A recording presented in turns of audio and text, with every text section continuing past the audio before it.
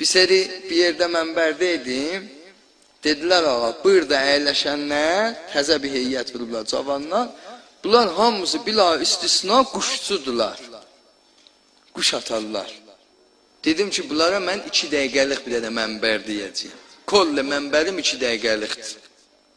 Mənbərə çıxdım lap başa. Çünki bunlar belə baxmağa boyunları ağrıyar. Bunlar hamısı belədilər. Bu zaviyəni, işləri də gündə belədir.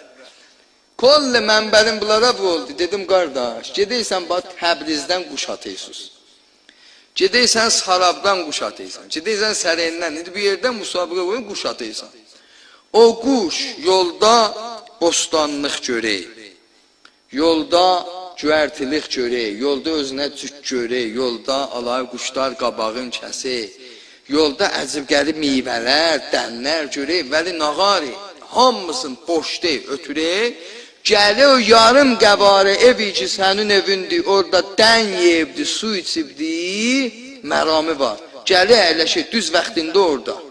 Dedim, kollu söhbətim səndən budur. Hər nə qarə səni, bəli, İmam Hüseynin qapısını boşdama. Hardan assalar səni, gəyləş Əhl-i Beytin qapısında. Ya Hüseyin, qafili heç mövüzə bidar eləməz.